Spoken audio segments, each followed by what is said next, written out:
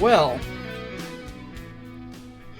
today's podcast is called Tyrants in Suits because I couldn't think of a better way to describe the Democratic primary. Let's go ahead and just get right into it. My name is Micah Curtis. And I'm Alex Baldwin, and I'm a pissed off Hatman. Indeed. Welcome to Micah and The Hatman on Politics, live.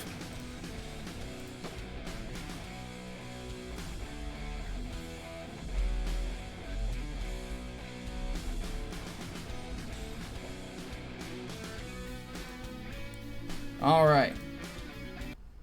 Let's go ahead and get right to it. So,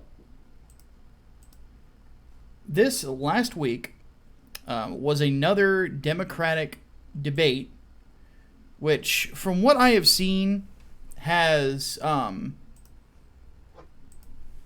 largely been the exact same thing as we would expect. Everybody's going after Biden because, of course, because he's the front runner. Mm-hmm. And now you don't have what's her name, Tulsi Gabbard, to lay into everybody who isn't Joe Biden. And that's by design. So, Hatman, given the discussions that we saw, what are your general thoughts about how the field is narrowing? It looks like it's coming down to about 5 right now. Elizabeth Warren, Joe Biden, which I honestly don't think he's going to last much longer, but still he's got enough pull. Anyway, Bernie Sanders, Kamala Harris, and now Beto. Beto had his breakout moment in this one, and of course we'll talk about that more in depth later. But, you know, folks like Julian Castro, Andrew Yang, they're kind of stumbling. And again, I will reiterate, why the hell is Amy Klobuchar on the stage at all? Who's talking about her? Who is saying that they will vote for her? Well, even beyond that, where you have to be polling, I think they said at least at 2% to stay in these debates. Mm-hmm. Where is she polling at 2%? No idea. You know, the more interesting thing to me this last week when it comes to the Democrats was not the Democratic debate. It was Tulsi Gabbard appearing on the Rubin Report and talking about the process and how fucking rigged it is. Well, and by the way, there is not a and even with Tulsi up there is not a single person on that stage that I would be even halfway comfortable with being President of the United States of America. Not a single one, some worse than others.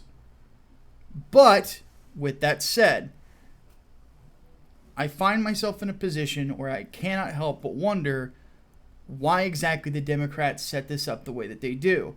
You know, when it came to the Republican primaries, there were zero accusations of this that actually held water.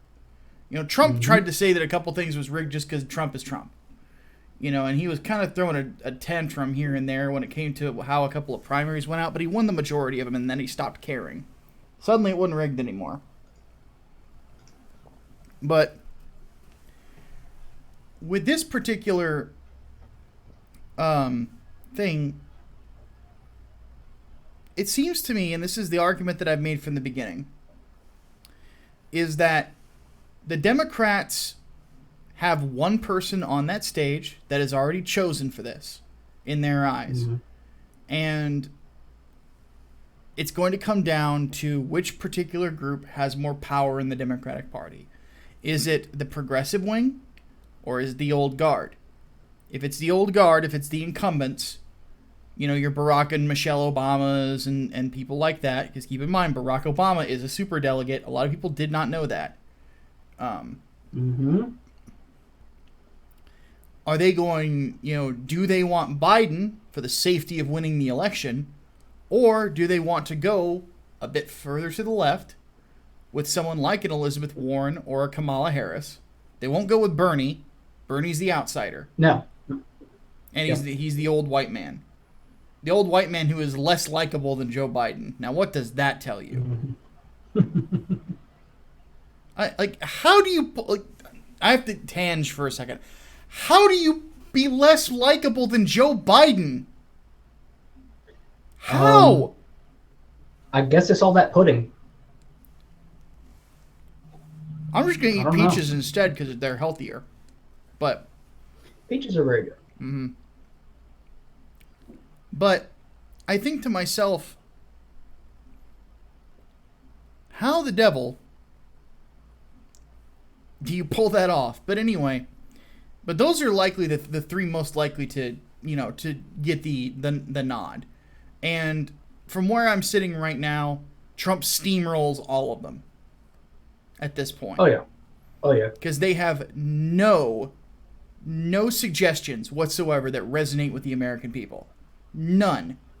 They want to do all the stuff that was sampled with Obama and nobody liked. Well, if they didn't like the sampler plate, what the fuck do you think makes you think that they want the main dish? That's the thing. Like their plans are just so out there. I mean, basic people are like, okay, yeah, that sounds really good, but how are we going to pay for all this? And no one is willing to say, we're going to have to raise your taxes. Yep. It's all, well, we'll tax Wall Street. We'll tax the 1%. We will tax the big corporations. And no one is answering the question of, okay, well, what happens when they leave the country? Yeah, like they've already done before. Yeah. Well, even then, when you tax all of them, that's still not enough. You're going to have to tax everybody. Mm-hmm. And it's something incredible, too, because I'm seeing more and more progressives say, yes, I will willingly pay more taxes. And yet there is a distinct reluctance to say, yes, you will have to pay higher taxes from the 2020 candidates. Yeah. It's funny. They would probably get more clout if they just came out and admitted it like honest people, but let's be real. They're not honest people. No, none of them are. The interesting thing that I find about this is that, the left is really falling apart on a philosophical level. They've tried to adopt progressivism. They've tried to adopt socialism. And they cannot argue for it without saying the things that show that socialism is failure. The higher taxes, of course, being a big part of that. Not to mention all of these European nations that are flat out saying, do not call us socialist. We are not socialist. We just have a few social programs. And yes, there is a difference. So, well, I mean, so do we. We have a few social programs too. We're not socialists. Yeah, but they just have bigger ones, and we have huge ones too that we really need to start cutting. But they haven't nationalized all the major industries. For example. Exactly. It's you look at socialism. They're not Venezuela. Yeah, exactly. Venezuela is the prime candidate thing. Cuba as well. So North Korea, et cetera, et cetera. Well, North Korea is more. Yeah, communism they're further is into socialism. It, kind of. Yeah, the end goal of socialism is communism. Yes, but as it stands, God, we've already been talking about this for 10 minutes. Because they cannot make it palatable, nobody wants it. And not to mention, we've already seen it tried, and it didn't work. So, I don't know. I think I've kind of made the point already, is that they have... And let's expand on it. So imagine you go to a restaurant, or you're walking in Walmart. Somebody hands you a sampler of some kind of shrimp. You taste it, tastes terrible. And then they try to sell you a bag of it. Are you going to buy that bag? No. Not going to happen. And that's the problem with the left, is they are completely and totally unable to address that. And I think of the microcosm as this, is I watched a debate with one sole right-winger on the squared circle board over on Reddit, where somebody was flipping out about Mitch McConnell and not immediately renewing the 9/11 First Responders Fund when it ended up getting refunded anyway, which is a stupid fucking statement. But he's going off on all of this stuff about, like, the concern was, how do we pay for it in the future? How can we renew this for another 50 years? How do we make up the funds? So McConnell negotiated, and he said, we need to remove this sort of thing. We need to be able to sell oil to other countries, all this other shit, because we have an abundance of oil that we can't sell except to ourselves. And we managed to get it. That's how it went through. And he keeps freaking out. You could just tax the rich. You could put the corporate taxes back up. And then somebody mentioned to him that, and by the way, when I found out who this was that was making these arguments, it was Clan of Dusty. But and for those who don't know, Dusty's a fucking idiot. But the boy has done smoked himself retarded. But Dusty there completely missed that it had to get renewed under Obama too, when we had those higher taxes. Mm-hmm.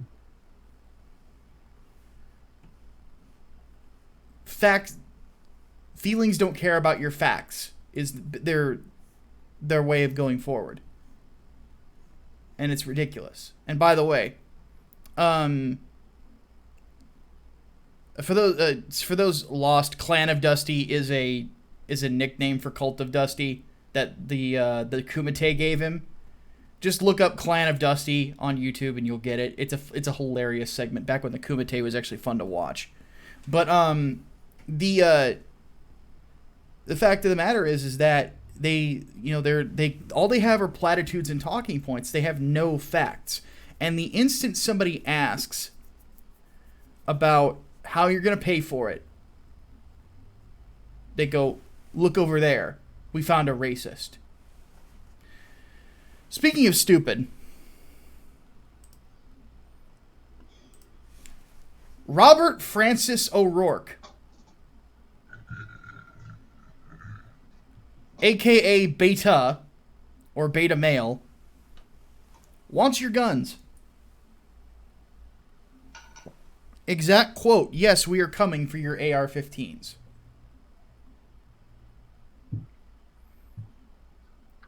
So let's talk about how what all, pray tell, that would affect. That affects private citizens, and it affects private companies. Private companies, all of whom sell different versions of the AR-15. AR-15 is a model.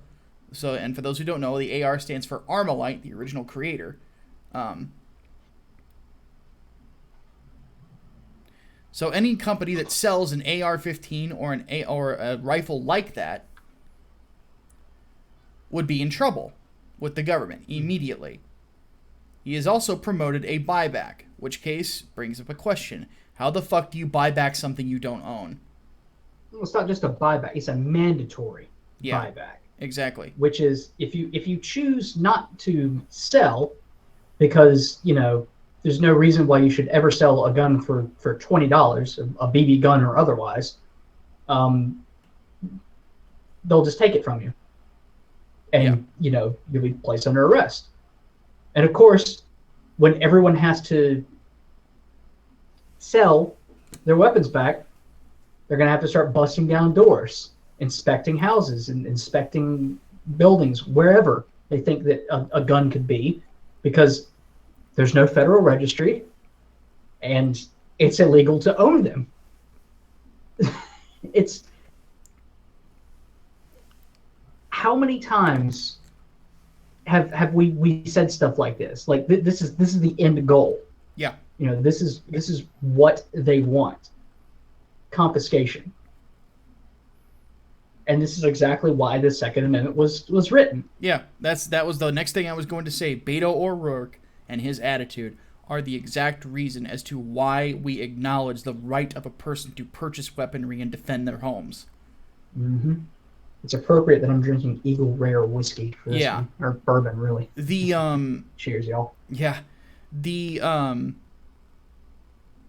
thing about this is, again, you have to go back to the context of the Revolutionary War, where these sorts of threats of confiscation and government entering your private residence were common.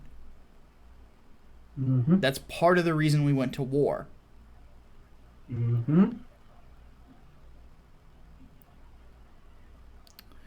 And this blatant disrespect, and not to mention, like, and here's the interesting thing: it's not just a disrespect of your rights and our rights as Americans.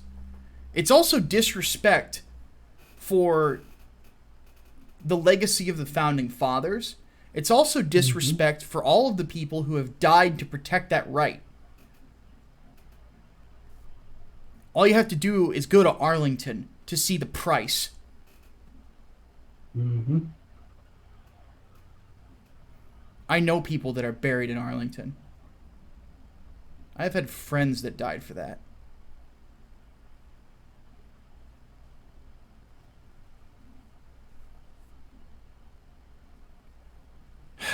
And that is part of the reasons to why I find this all so frustrating.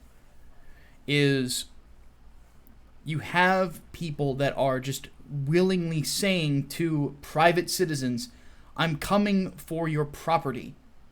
Mm-hmm.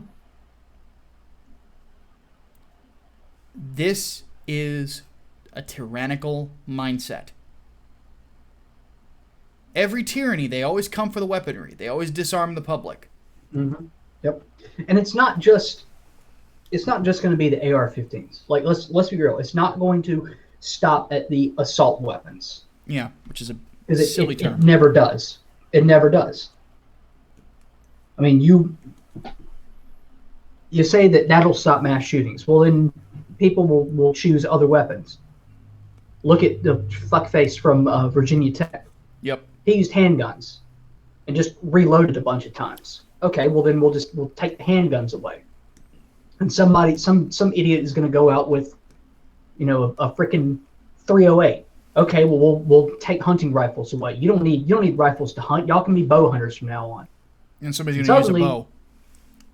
Suddenly, you get disarmed real quickly. I mean, look at what's going on in the UK. I mean, you have to be 18 years old to buy a knife. Now they're saying you should not carry a knife in public. Why not? Fucking kidding me? Or if I need to open a can.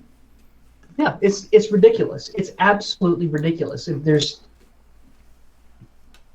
is a slippery slope. I know the slippery slope is a fallacy, but this is real. We've seen it time and time again. When it doesn't work as intended, it gets expanded. Well, here's the thing. It's not a slippery slope at all. That's the thing about the slippery slope fallacy, is that if there is a historical precedent, then it's not a slippery slope anymore. It's just history repeating itself.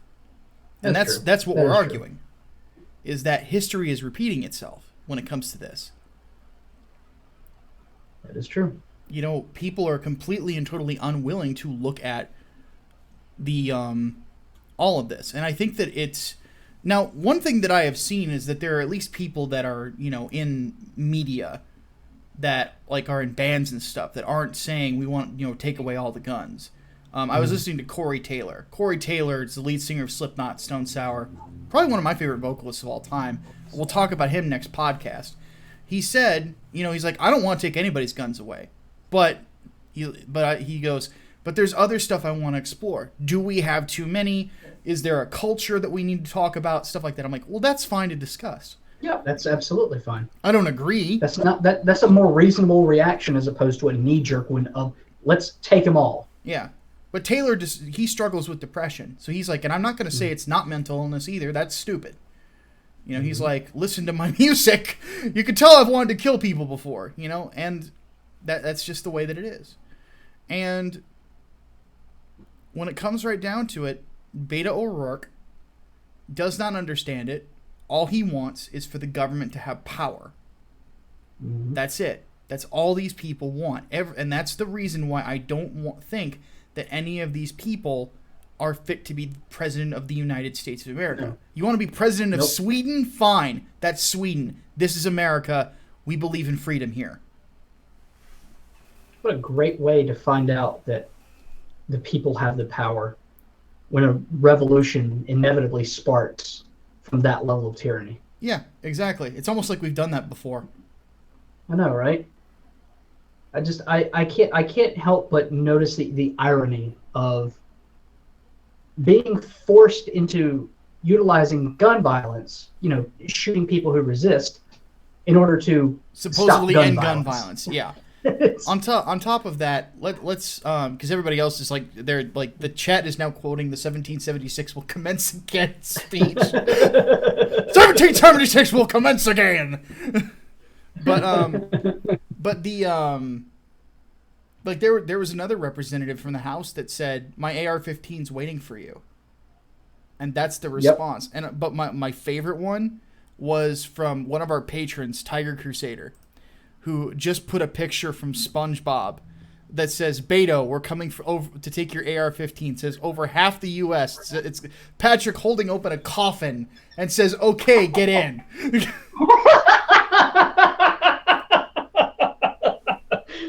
Do you not know where you are, sir?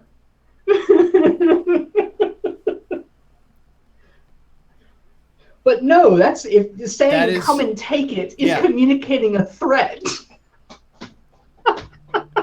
And that's one thing. It's like saying, if you try to punch me, I will punch you.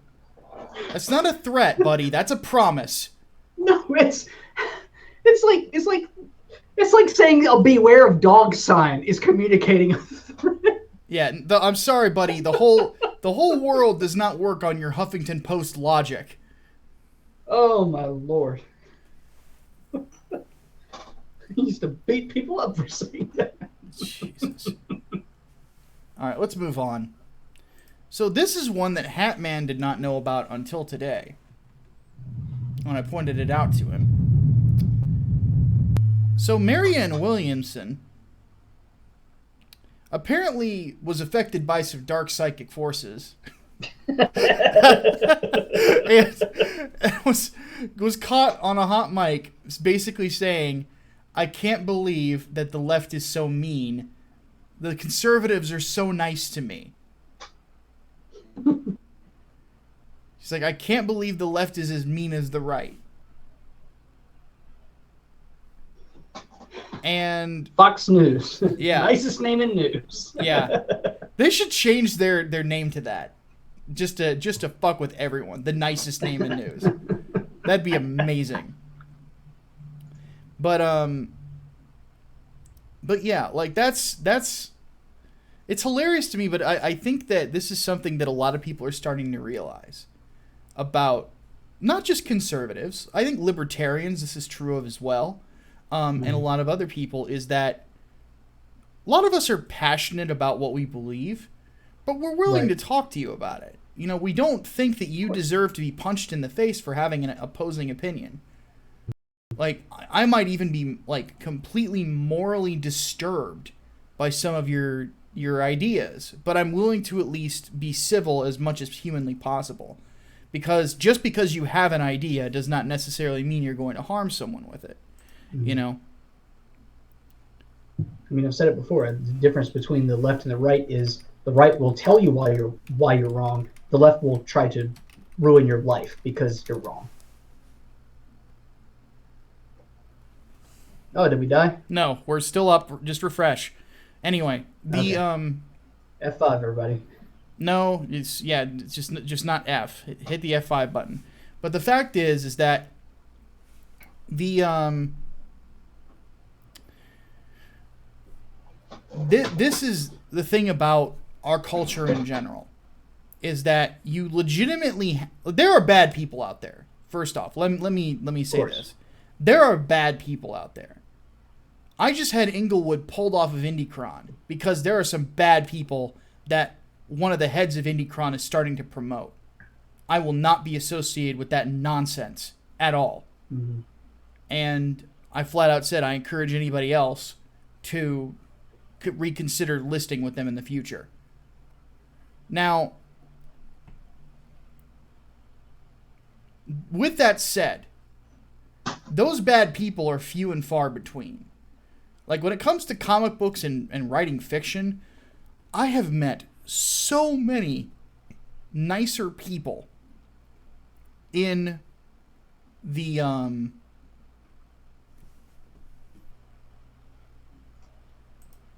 YouTube having issues? Yeah, it's back. It's back. People on the right, center right, and even some center left that are just sitting there with their hands open, knowing that a closed fist can shake no hands, and saying, let's discuss the issues. Let's actually have a sit-down discussion. And I think that what Marianne Williamson is realizing, this is the interesting thing about it, and the left won't let her think it, is that the culture as of right now is the uncivil being the extreme left, the progressive left, that wing, the uncivil against the civil, and they try to make the civil look uncivil by associating them with a rare bad element.